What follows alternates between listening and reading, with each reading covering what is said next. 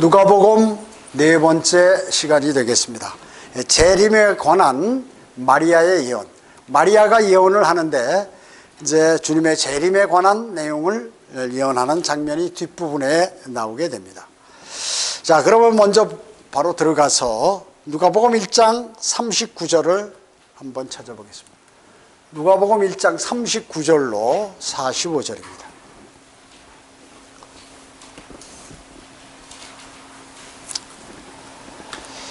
누가복음 1장 39절에 보면 그 무렵에 마리아가 일어나서 유다의 산간 지방에 있는 유다의 한 성읍으로 황급히 가서 급하게 갔단 말이죠. 어디요? 유다에 있는 그러한 성읍으로 갔습니다. 그게 이제 제사장 샤카랴의 집이죠. 사카랴 집입니다. 그리고 그의 아내는 엘리사벳이죠.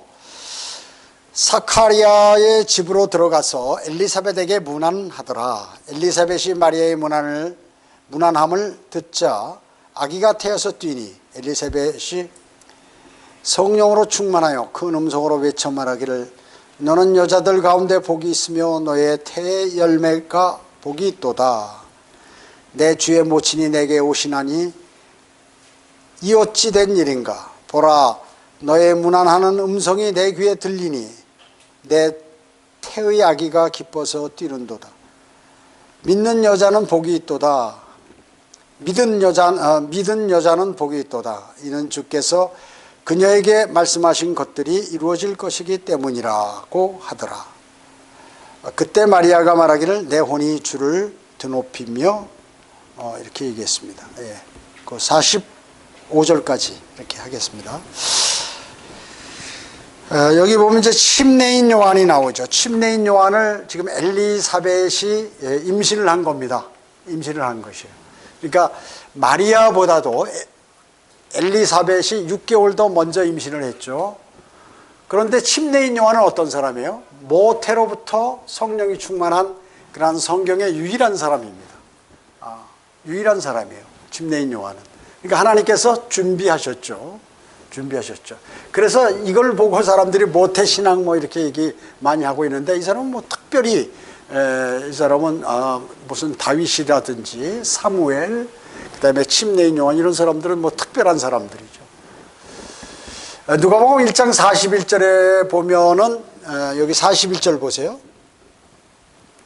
엘리사벳이 마리아의 문안함을 듣자 아기가 태에서 뛰니 엘리사벳의 성령으로 충만하여. 자, 아기가 듣고 나서 그 말을 듣고 뛴 게 아니라 그냥 아기가 그 안에서 움직인 거예요. 그러고 누가 성령 충만했어요? 엘리사벳이 성령 충만했다 그 얘기죠. 자, 아기가 그 말을 듣고 그 태아가 어떻게 그 말을 알아들을 수 있겠어요? 근데 우리가 그러잖아요.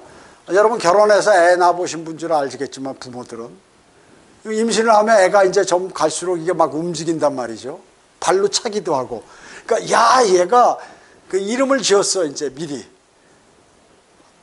이거 이제 요즘 초음파에서 아들인지 딸인지도 다 알잖아요. 그러니까 예를 들어서 길동아 그러면 야 길동아 부르면 막 움직이고 야 얘가 알아듣고 발로 차네 이런 얘기를 많이 한다 그 얘기죠. 근데 아이는 그거 사실 듣는 건 아니죠. 지가 때가 돼서 움직이는 또 발로 차는 활동하는 그런 거거든요. 그래서 아기가 듣고 뛴 것이 아니라 엘리사벳의 태 속에 있는 성령께서 반응하신 것이다 그 얘기죠. 성령님께서 엘리사벳 그 안에 있는 들어와 계신 성령께서 반응하신 것이에요. 그래서 이제 예언을 하게 되는 거죠. 예언을 하는 거예요. 그래서 태아는 무엇을 듣고 이해하지 않는다 그 얘기죠. 사람의 소리를 모르잖아요. 아직 무슨 말인지 모르잖아. 말을 몰라 아직 태아는요. 그렇기 때문에 그것을 듣고 그 말을 사람의 말을 다 이해하지 못한다 그 얘기죠. 그래서 지금 여기에는 보면 태에서 뛰니 그랬지 듣고 뛰니 이러지 않았다 그 얘기죠. 그 말을 듣고 뛴 게 아니라 그 얘기죠. 자, 그래서 누가복음 1장 41절은 아기가 모태에서 살아있는 혼이라고 주장한다. 이 41절을 보고 사람들이 많은 사람들이 그래서 지난주 했죠. 낙태하면 그거 살인이다. 살인하면 만약에 낙태시킨 의사는 어떻게 해요? 사형당해야죠. 그 사람도 살인죄 적용을 받아야 되는데 그렇게 안 하잖아요. 그래서 아기가 모태에서 살아있는 혼이라고 주장하는 그러한 사람들이 많이, 그것이 41절이라고 얘기죠. 그러나 그렇지 않다는 얘기죠. 태어나가지고 자력으로 호흡할 수 있을 때까지 혼이 없다고 그랬죠. 나오면서 아이가 울면서 호흡할 때 난 그 즉시 그 뒤로부터 이제 혼이 생겨나기 시작하는 것이죠. 바로 그런 것입니다. 자, 여기 42절 한번 보세요. 42절. 큰 음성으로 외쳐 말하기를 너는 여자들 가운데 복이 있으며 너의 태 열매가 복이 있도다. 이렇게 얘기했습니다. 이제 이것을 가지고 로마 카톨릭의 성모송에 사용되는 구절로 사용한다 그 얘기죠. 말하자면 로마 카톨릭에서 은총이 가득하신 마리아여 태중의 아들 또한 복되시도다, 이런 내용으로 이렇게 노래를, 성모송을 부른다 그 얘기죠. 반복해서. 근데 그거하고 전혀 관계없는 것이거든요. 자, 성경에는 뭐랬어요? 지금 로마 카톨릭은 마리아 상을 놓고 또 예수님을 안고, 아기 예수를 안고 있는 그런 마리아 상을 곳곳에 혼자 서 있는 마리아 상. 그래서 카톨릭 의대라든지 무슨 이런 카톨릭에서 운영하는 그러한 자활센터라든지 무슨 그 노인들 관리하는 그런 데는 전부 성모 마리아라고 거기다 그 조명을 비춰가지고 말이죠. 그 마리아를 숭배하도록 그렇게 만들어 놨어요. 그런데 성경은 어떻게 해요? 너는 어떤 색인 형상도 내게 만들지 말라고 그랬어요. 또 거기 절하지도 말라고, 기도하지도 말라. 그런데 둘째 계명을 로마 카톨릭은 어기고 있다 그 얘기죠. 어기고 있는 것이에요. 자, 그런 것은 마귀에게 기도하는 거죠. 만약에 마리아상, 카톨릭에 있는 마리아상을 보고 그 앞에서 기도하는 것은 마귀에게 기도하는 것이에요. 예레미야 44장에 보면 하늘의 여왕에게 분향을 하고 술을 붓고 하는 이런 장면들이 나와요. 하늘의 여왕은 그것이 뭐예요? 우상숭배라고 얘기하는 거거든요. 바알이나 세미라미스를 섬기는 이러한 마귀에게 기도하는 것이에요. 그래서 사실 로마 카톨릭의 많은 수녀들과 카톨릭 교도들은 마귀에게 매일 기도하는, 그리고 그게 성모송이 하나님께서 인정한 것으로 알고 모르고 그렇게 부르고 있다 그 얘기죠. 그래서 로마 카톨릭에서 시행하는 모든 것은 단 한 가지도 성경적인 게 없어요. 그런데 기독교로 가는 게 이상하죠. 누가 그렇게 만들었을까요? 사탄이 그렇게 모조 기독교를 만들어 가지고 그렇게 수천 년간 기독교 행사를 해온 것이에요. 기독교 행사를. 그래서 마태복음 6장 7절에 그 반복해서 같은 내용을 뭐 주기도문이라든지 사도신경 또 성모송 이런 거 하지 말라고 그랬거든요. 이교도처럼. 이슬람이나 무슨 불교나 이런 때 보면 말이죠, 전부 그 암송 구절이 많잖아요. 계속 반복하잖아요. 절 같은데 반야신경 같은 거 목탁 두드리면서 맨날 아침 새벽마다 똑같은 거 두드리면서 말이야, 반야바라 밀다신경 관자재 하고 난리를 치고 있는 거예요. 이교들처럼 그렇게 하지 말라고 말씀하는데 성모송을 계속해서 묵주 돌리면서 반복하는 것이, 그 잘못된 거예요. 로마 카톨릭은 이거 알아야 돼요. 기독교가 아니에요. 로마 카톨릭이 기독교가 아닙니다. 사탄의 종교죠.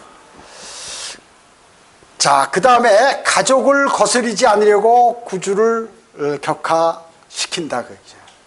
14장 26절에 보면 뭐라고 했어요? 그 원수가 집안 안에 있다고 그러잖아요. 주님께서는 그 가정의 평안을 위해서 믿음을 포기해버리는 사람이 엄청 많은 거예요. 그게 잘못됐다고 얘기하는 거예요. 가족을 거스리지 아니하고 구주를 격화시키고 부인해버리는 이러한 것이에요. 그래서 가장 어려운 게 가족 간의 믿음이 같지 않았을 때 그러한 문제들이 많이 발생해요. 그래서 원수가 가족 안에 있다고 얘기하는 것이에요. 그런데 그것을 방지하기 위해서 주님을 버리는 그러한 사람들이 많이 있어요. 좀 많이 봤어요, 그런 사람들. 그런데 나중에 어떻게 될까요? 가족도 문제가 되고 다 문제가 되는 것이에요. 잠시 문제가 되는 것 같지만 주님을 신뢰하고 주님을 따르게 되면 주님께서 그거 다 이렇게 해결해 주시는 것이에요. 세월이 좀 지난 다음에, 적절한 고난을 당한 다음에.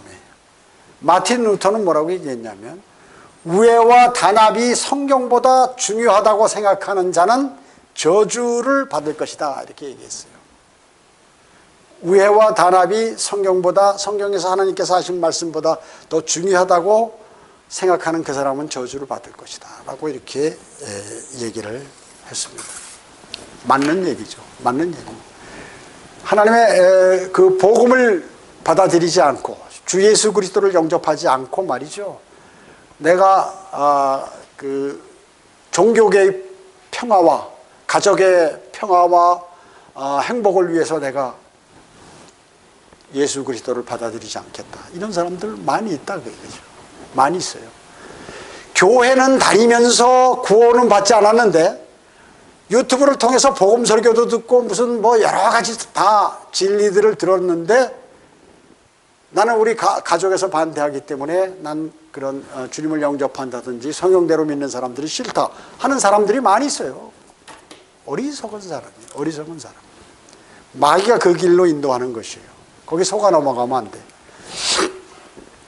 누가복음 1장 46절로 50절 보고 55절까지가 성모의 노래로 지금 이 사람들이 사용하는 거예요.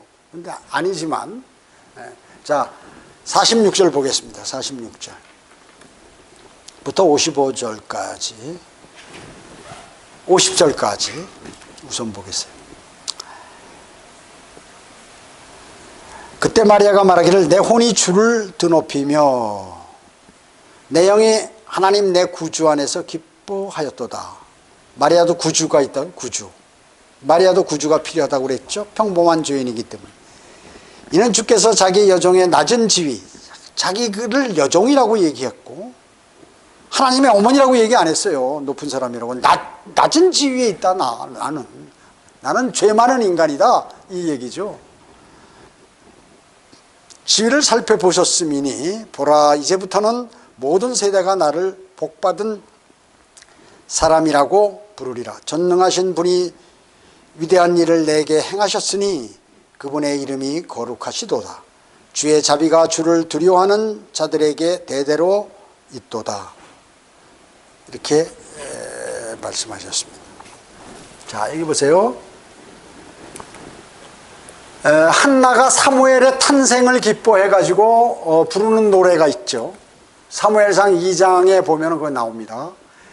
이것이 마리아가 기쁨으로 지금 주님께 부르는 그러한 노래와 그 일맥상통하다, 그 얘기죠. 거기에 똑같이 다 재림을 강조하는 그러한 내용이, 한나 마리아 재림에 관한 노래를 그렇게 하는 내용이에요. 그 내용이. 자, 아까도 말씀드렸지만 누가복음 1장 47절에 보면 내 영이 하나님 내 구주 안에서 기뻐했도다. 마리아는 구주가 필요한 죄인이에요. 구주가 필요한 죄인이라, 죄인. 근데 죄가 없다는 거죠. 로마 가톨릭에서는 죄가 없다는 것이에요. 무죄. 그래서 죄가 없기 때문에 몽소승천했다고 그런 거, 하늘로 들림받아. 마리아도 구주가 필요해요. 하나님의 어머니가 아니다, 그게. 우리와 똑같은 죄인이에요. 절대로. 그러니까 로마 가톨릭이 얘기하는 건 모두 거짓말이죠. 무염시태. 마리아는 예수님을 잉태하는 순간부터 하나님의 은혜와 특권으로, 예수 그리스도의 공로로 원죄의 흠이 없이 보존되었다. 없을 묻지 아니에요. 그리고 무슨 이런 그 염색한다는 염자 아니야. 죄가 묻어진다는. 언제부터? 태에서 그 아이를 임신했을 때부터 잉태하는 순간 죄가 다 없어져. 없다, 그게. 제거되어 버려. 그러니까 일반 장로교에서 얘기하는 원죄 이런 것들이 없다. 죄가 하나도 없다는 것이에요. 마리아는. 근데 자기는 죄인이라고 그랬죠? 예, 죄인이라고 그랬습니다. 죄인이라고 했어요. 예. 자, 그렇기 때문에 자기는 낮은 주위의 여종이라고 이렇게 얘기했어요. 예. 마리아는 죄 아래에 있기 때문에 정결례를 받아들여야 했다, 그 얘기죠. 누가복음 2장에. 여러분, 정결례가 뭐예요? 산의 아이를 낳으면 일주일간 이제 모든 것을 다 일체 사람도 안 만나고 말이죠. 자기 자신을 돌아보게 되죠. 더러운 거 안 만지고. 그러다가 그 7일 지나서부터 33일간 정결례를 행하는 것이에요. 거기도. 그러니까 사내 아이를 낳으면 도합 40일간 정결례를 행해요. 40일간. 그러면 여자아이를 낳으면 어떻게 해요? 2주간 그렇게 하고 66일간 모두 80일간 정결례를 행하는 거예요. 그래가지고 이제 만약에 죄인이 아니라면 마리아가 왜 정결례를 마리아가 행했겠어요? 정결례를 행했다고 나오잖아요. 정결례를 행했다고. 죄인이기 때문에. 예수님을 낳고서 정결례를 남자니까 40일간 했다고. 40일간. 난지 8일 만에는 할례를 받죠. 할례를. 이제 7일 지나서 8일에 할례를 받는 거예요. 7일 때는 아주 꼼짝도 안 하고 말이죠. 아주 사람들도 안 만나고 그러죠. 완전히. 왜냐하면 그때 이제 사실은 취약합니다. 병에 걸리기. 그러니까 다른 사람으로부터 오염되지 않기 위해서 사실은 하나님께서 다 이렇게 해 놓으신 거거든요. 그리고 이제 33일간 뭐예요? 몸을 푸는 거예요, 말하자면. 밖에 활동하고 막 이러면 나중에 이제 여자들이 애 낳고 나서 바로 막 활동하고 그러면 어떻게 됩니까? 지금 온몸에 영양소가 다 뺏기고 말이죠. 뼈가 늘어나고 근육이 늘어나고 이랬는데 지친 상태가 있거든, 완전히요. 그러니까 33일간 몸을 보강하는 기간을 딱 둔 거예요. 더러운 거 이렇게 보거나 가까이 하지 않도록 해서 병 걸리지 않도록 그렇게 하나님께서 다 해놓으신 것이. 딸을 낳았을 때는 80일간. 그 마리아도 이 정결례를 행한 것으로 봐서 이건 마리아도 죄인이기 때문에, 죄가 있기 때문에 이렇게 정결례를 행했다 하는 것입니다. 여러분이 그거 꼭 그렇게 알고 계셔야 돼요. 알고 계셔야 됩니다. 자, 로마 카톨릭이 섬기는 성모 마리아는 이교도들이 섬기는 마귀다기죠. 마귀야. 그게 성모 마리아는 마귀. 이교도들이 섬기는 마귀의 마귀다. 마귀.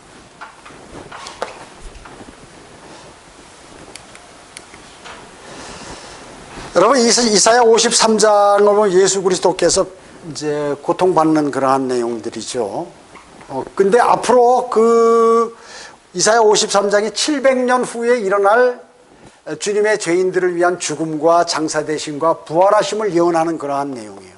그런데 여기에서 이것이 앞으로 미래 700년 후에 일어날 미래 사건 아니에요. 그런데 거기서 기록할 때 어떻게 했냐면 과거 시제로 기록이 되어 있어요. 거기 보면 과거 시제. 미래에 일어나는 일인데 과거 시제로 기록이 되어 있다? 이렇게 생각하기 쉽잖아요. 그래서 예수 그리스도를 거절하는 그러한 유대인을 혼란시키려고 하나님께서 그렇게 한 거예요. 앞으로 이제 메시아가 와서 그런 고통을 당할 것이다 하는 것을, 즉 하나님의 말씀을 믿지 않고 또 예수 그리스도를 거절하는 유대인들을 혼란시키려고 그렇게 과거 시제로 기록하신 것이에요. 자, 여기 누가복음 51장부터 55장 한번 보세요. 51절부터 55절. 누가복음 1장 51절로 55절. 주는 자기 팔로 힘있는 일을 하셨으며 마음의 상상이 교만한 자를 흩으셨느니라. 자, 그분은 권세자들을 권자에서 끌어내리시고 비천한 자들을 높이셨느니라. 지금 이런 일을 했어요? 과거나 현재나? 아니죠. 미래, 재림 후에 그렇게 하신다. 그분은 굶주린 자들을 좋은 음식으로 배부르게 하시고 부자들을 빈손으로 보내셨느니라. 예, 이거 대환란과 천년왕국 시간에. 또 그분은 그의 자비를 기억하여 자기의 종 이스라엘을 도우셨으니, 대환란 때 그랬죠. 우리 조상들과 아브라함과 그의 씨에게 영원히 말씀하신 것처럼 하신 것이라고 하니라. 이렇게 말씀하셨어요. 자, 여기에 보면은요, 한번 보세요. 이 앞에 51절에 보면 팔로 힘 있는 일을 하셨으며, 과거형이죠. 그 다음에 교만한 자들을 흩으셨느니라, 과거형이죠. 셨느니라.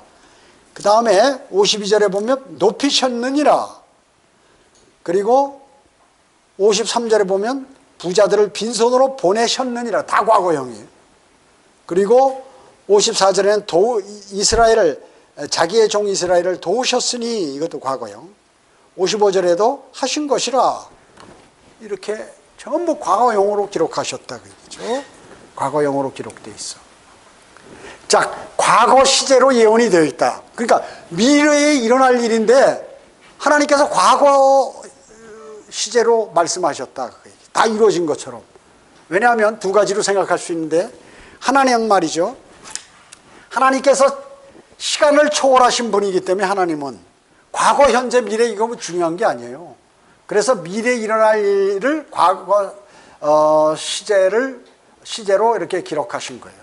몇천 년 후에 일어날 일도 과거 시제로 기록할 수 있다 그 얘기죠. 그리고 하나님께서는 이 성경을 뭐라고 얘기했냐면 미래 역사라고 그랬습니다. 미래 역사. 성경은 어떻습니까? 역사책이죠. 과거 역사, 현재 이루어지고 있는 현재 역사, 그리고 앞으로 일어날 미래 역사까지 다 기록된 책이에요. 그렇기 때문에 하나님 입장에서 보면 그것이 과거로 볼 수 있다 그 얘기죠.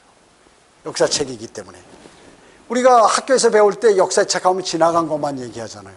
그래서 지나간 걸 교훈 삼아 미래에 좋은 일로 나가기 위해서 우리가 역사를 배운다. 교훈으로 삼고. 그래서 많은 사람들이 역사하면 과거 것만 알고 있는데 성경은 그렇지 않다 그 얘기죠. 현재와 미래의 역사까지도 성경에 다 기록되어 있다. 그 얘기.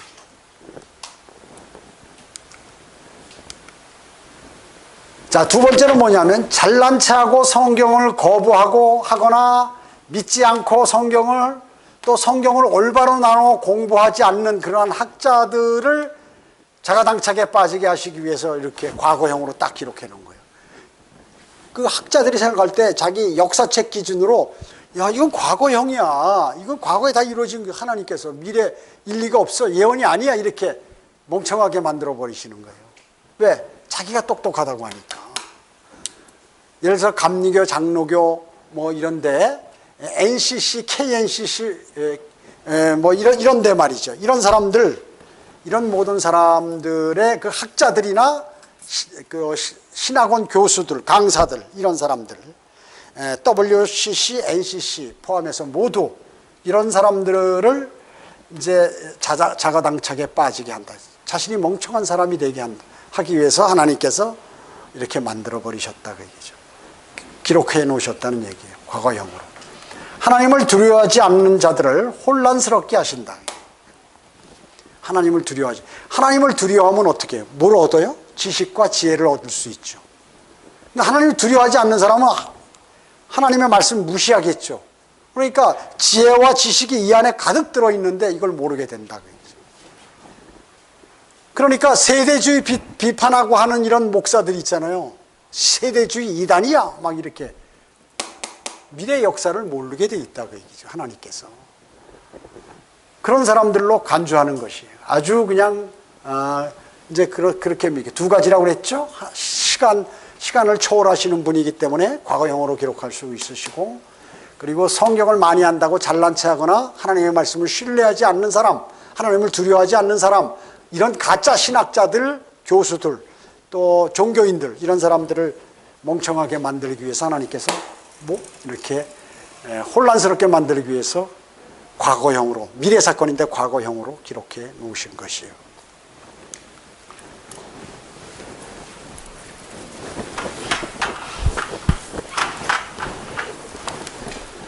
자, 누가복음 1장 51절로 55절은 재림에 관한 말씀이죠. 재림에 관한 말씀입니다.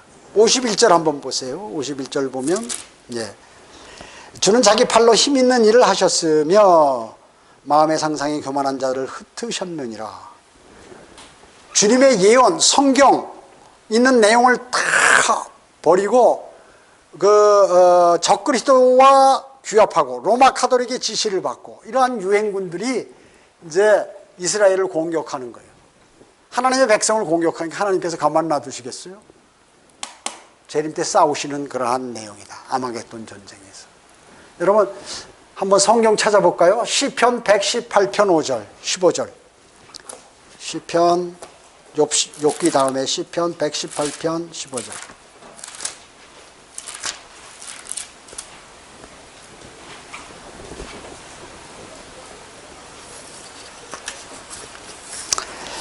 118편 15절에 보면 기쁨과 구원의 음성이 의인들의 장막들에 있나니 주의 오른손이 막강하게 행하시는도다.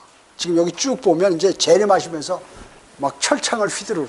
그러니까 그분의 입으로부터 칼이 나와, 말씀의 칼이 나와가지고 그들을 다 불살러 처치하는 그러한 내용들인 것입니다. 막강한 상태로 나타나시죠. 재림 때. 여기 앞에 시편 68편 1절 한번 찾아봅니다. 시편 68편 1절.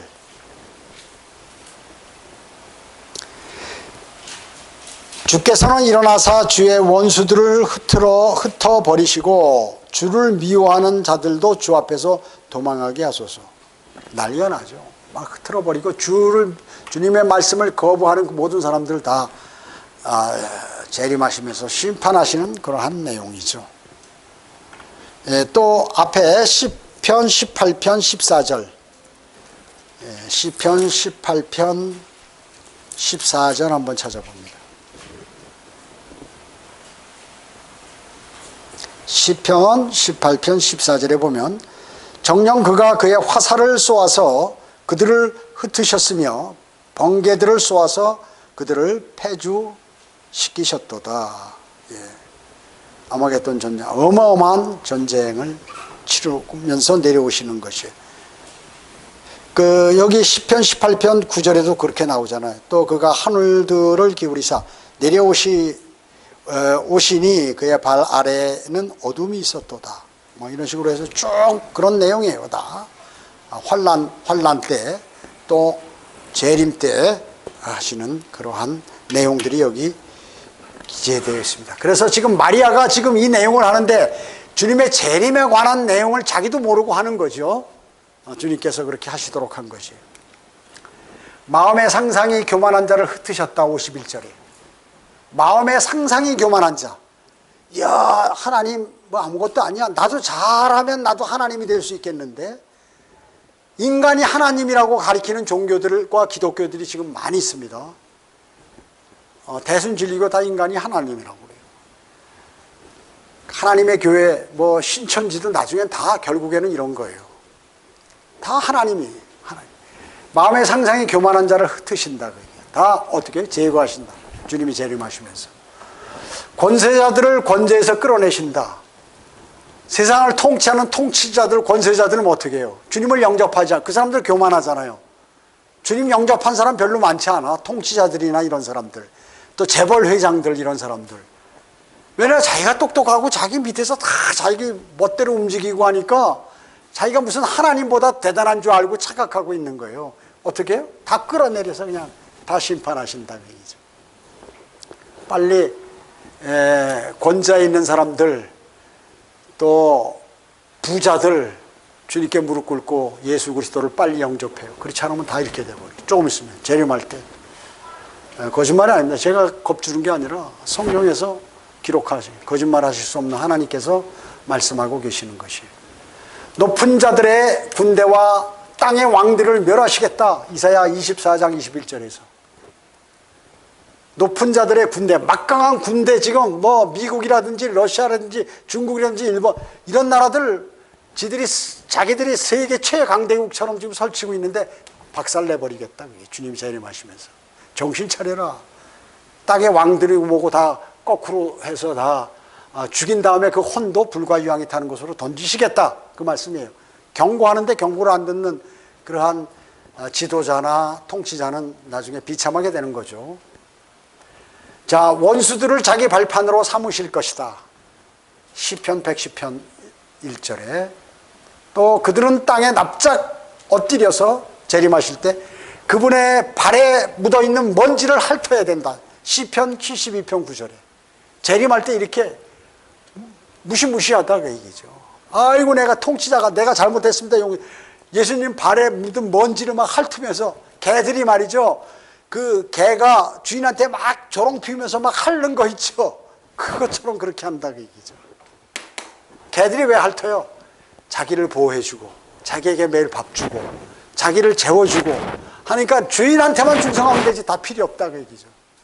사실 개들이 똑똑한 거예요. 순종을 하잖아요. 주인한테 덤비면 어떻게 해요? 죽지요. 주인을 물고 그러는 개를 놔두겠어요, 주인이? 갖다 팔아버리든가 개장수한테 주든가 아니면 뭐 그렇게 하겠죠. 그러니까 개들이 현명한 건 뭐예요? 주인을 최고로 모시는 거야. 그래서 발발발 꼬리 흔들고 말이죠. 오면 자기도 지쳐도 아이고 왔네 하면서 꼬리 치고 막 핥고 이러는 게 왜요? 그렇게 한다 그죠. 개들이 주인 할 듯이 예수님께서 재림하시면 땅에 납작 엎드려서 이렇게 한다. 그때는 뭐 체면이고 뭐고 자존심이고 다 필요 없는 거죠. 그러니까 지금부터 자존심을 버리고 주님을 영접하면 이런 짓 안 해도 되고 불과 유황이 타는 곳으로 안 가도 된다. 누가 현명한 사람이에요? 누가 똑똑한 사람이고 누가 실제 권세가 주어지는 것이 하나님의 아들들이 되는 권세를 주시는 것이.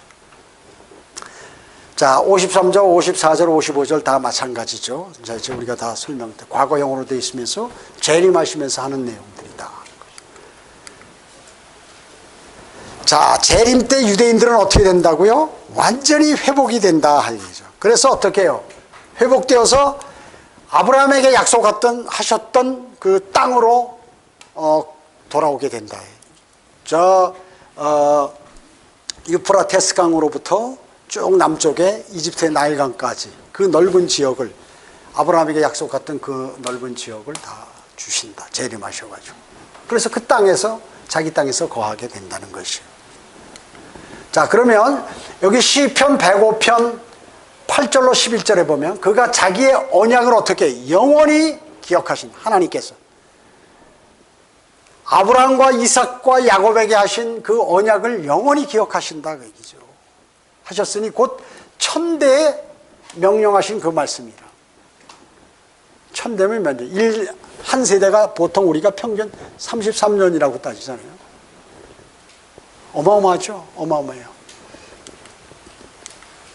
자, 이는 그가 아브라함에게 언약하시며 이삭에게 하신 그의 맹세요 또 같은 것을 야곱에게 율법으로 이스라엘에게 영원한 언약으로 확증하셨으니 대단하죠? 말씀하시기를 내가 네게 가나안 땅 곧 너의 유업의 몫을 주리라 하셨도다. 자, 지금 팔레스타인 누구 땅? 땅 주인인 창조주 하나님께서 이거는 내가 이스라엘에게 유대인에게 준다. 이스라엘에게 아브라함과 이삭과 야곱의 후손에게 준 땅이다. 근데 유대인은 어때요? 이스라엘 거기 너희 땅 아니야. 이쪽 요단강 서안 쪽에 지금 차지하고 있는 거 그거는 팔레스타인 땅이니까 빨리 주어라 막 해가지고 나중에 전쟁하는 거예요. 그래서 말 안 들으니까 이스라엘이 공격하는 거거든요. 근데 성경에는 뭐예요? 가나안 땅 곧 너에게 유업의. 그러니까 성경을 모르고 하나님을 두려워하지 않기 때문에 성경에서 이렇게 명령하신 그 명령을 안 듣는다고요. 믿질 않아요. 그러니까 어때요? 예루살렘을 공격하는 것이죠. 공격해. 그러다가 어때요? 박살나버리죠. 초토화되는 거예요. 초토화되는 거죠. 자, 지금 예수님께서 태어나시기 전부터 마리아가 잉태되고 또 침례인 요한이 태어나기 전부터 그 어머니 엘리사벳과 대화하는 장면에서 앞으로 2000년 넘어 오실 그 예수 그리스도의 재림에 관해서 그 마리아가 자기 입으로 그렇게 예언하는 거죠. 누구를 통해서? 누가요? 성령 하나님께서 마리아의 입을 통해서 할 수 있도록 한 것이에요. 성령 하나님은 구약의 선지자들을 통하여 미래 재림에 관해서 예언하셨습니다. 많은 구절. 초림과 재림에 관해서 다. 초림 때 어때요? 초림 때 예언했던 초림에 대한 예언이 100% 성취됐죠. 이런 책은 세상에 단 한 권 성경밖에 없는 것이에요. 그 재림에 관한 것도 어떻게 해요? 100% 성취된다 곧. 그렇기 때문에 성경에서 이렇게 유대인은 다시 회복된다. 주님이 재림하시면. 그래서 지금 신천지라든지 로마 카톨릭이라든지 안식교라든지 여호와의 증인이라든지 하나님의 교회라든지 이런 교회 전부 자기들이 지금 자기들의 지금 12지파도 만들고 말이죠. 별쇼를 다 하잖아요. 다시 유대인에게 돌아간다는 것입니다. 자, 기도하겠습니다. 전지전능하시고 사랑에 풍성하신 아버지 하나님 감사와 찬송과 영광을 돌려드립니다. 저희들에게 영원한 생명을 주셨습니다. 저희가 세상에 있을 때는 정말로 멸망으로 향했고 그리고 하나님의 존귀하신 말씀을 알지 못함으로 멋대로 이 세상을 살고 상상을 하고 했습니다. 그러나 이제 저희의 영이 살아나고 또 하나님께서 저희에게 바른 성경을 주심으로 앞으로 일어날, 미래에 일어날 모든 일에 관해서 다 알 수 있도록 해놓으셨고 영혼부터 영혼까지 하나님의 사역에 관해서 알 수 있도록 그렇게 해주심을 감사드립니다. 세상에 수많은 사람들이 하나님의 말씀을 신뢰하지 못하고 하나님을 두려워하지 않음으로 인해서 수많은 사람들이 불과 유하게 타는 멸망으로 향하고 있습니다. 곧 있을 심판이 있을 터인데 그 사실을 알지 못하고 정신없이 이 세상을 살아가고 있습니다. 불쌍히 여겨주시고 모두가 주 예수 그리스도를 영접하고 하나님의 말씀에 순종하여 주님을 따르는 그러한 사람들이 되도록 주님 도와주시길 간절히 기도를 드립니다. 저희가 흩어져서 기도 드릴 때에도 함께 해 주시옵길 바라며 다시 오셔서 저희를 데려가실 주 예수 그리스도의 이름으로 기도드립니다. 아멘.